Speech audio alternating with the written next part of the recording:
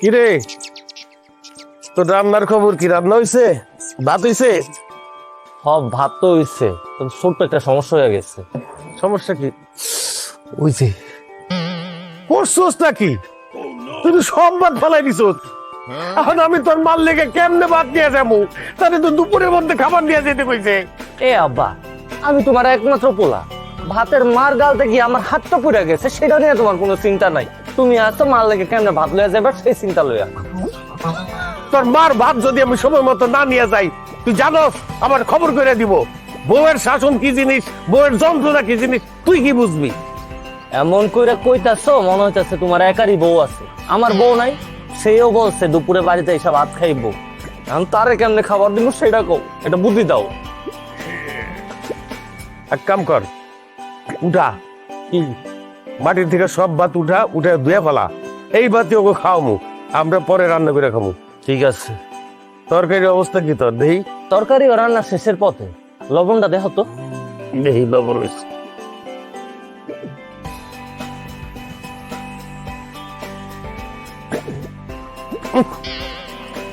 করছস কি? কিছে? লবণ কি নাই দুনিয়াতে? লবণই তো দেশ নাই। কি কো, লবণ দিছি তো, খারাপ আবার দিতাছি। দেখ,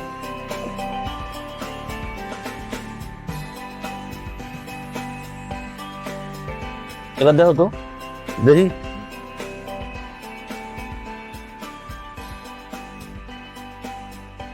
লবণ দে আরো। কি কো, এত লবণ দিয়েছি তারপরে লবণ হয় না? চোখ মুখ ধুইলে শুকিয়ে গেলাম। দেহি দাও তো। হয় নাই তো, আরো দে। এবার দেখো।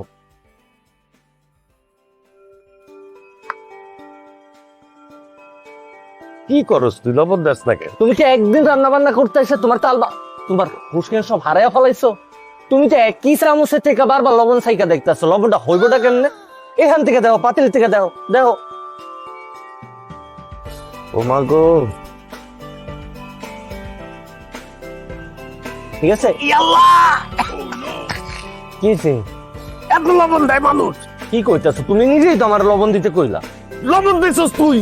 তাহলে এখন কি করুম? পানি দে, বান্ডাল বান্ডাল। হ্যাঁ, কি করলি তুই? তুই কি এই তরকারির মধ্যে গোসল করবি? এত পানি দেয় কেউ? কি কহ আপা, তুমিই তো আমার পানি ঢালতে কইলা। তোর মার সামনে তো আমি মুখ দেখাইতে পারুম না লজ্জায়। খালি মার কথা লয়ে আইছো, আমি আমার বউয়ের সামনে কেমনে মুখ দেখামু? তোর বউরে তো আমি কিছু কইলে সে মুখ খুলবো না, কারণ শ্বশুরের কথার উপরে তো কথা কইবো না। কিন্তু তোর মার সামনে তো আমি মুখ খুলতে পারুম না। তুই কি তোর মারে বুঝাইতে পারবি? কথা কওনের দরকার নাই, কিন্তু মারে আমি বুঝাই কমু, তুমি চিন্তা করো না। কি আর করবি, এগুলাই দিয়া দে, এগুলা লয়ে যাই। আল্লাহ জানে আজকে কি কবলে আছে। এটাই লয়ে যাও, যা আছে কপালে।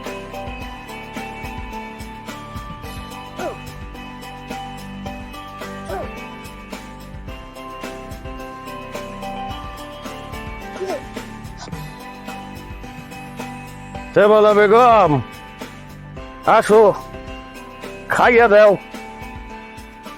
আসো আসো, হইছে। এই বিকাল বাজে 4টা, তুমি এত করে খাও না?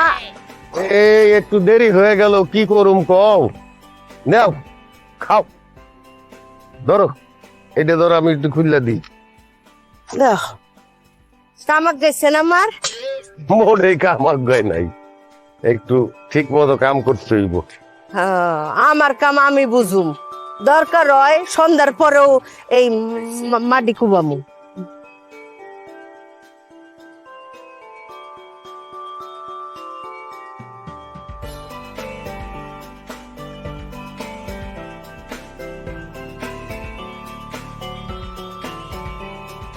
নাও খাও। আর দুইয়া তুমি আমার সাথে খায় নাও। না না না না, কে? না মানে এতটুকু ভাত দুইজনে মিলা খাইলে তো কিছু হইব না। তুমি এত কষ্ট করতেছো, তুমি খাও। দেখো, সারাটা জীবন দুজনে একসাথে খাইছি, তাতে কম পড়লো না, এখন বুঝি কম পড়বো? আসো একসাথে খাই, আসো। ও, আমি আর আমার পোলা তো আগেই খাই ফেলাইছি।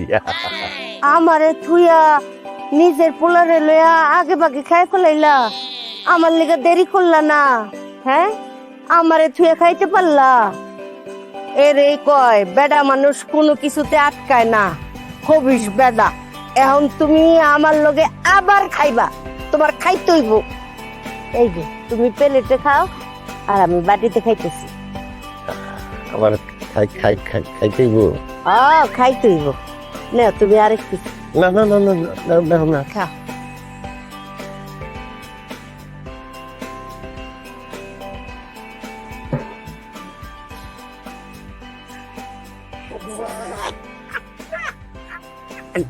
ওটা রয়েছে কি, প্রথম প্রথম রান্না করছি তো, এর লিগে একটু বড়ই সুস্বাদু হয়েছে, দারুণ খাবার হয়েছে।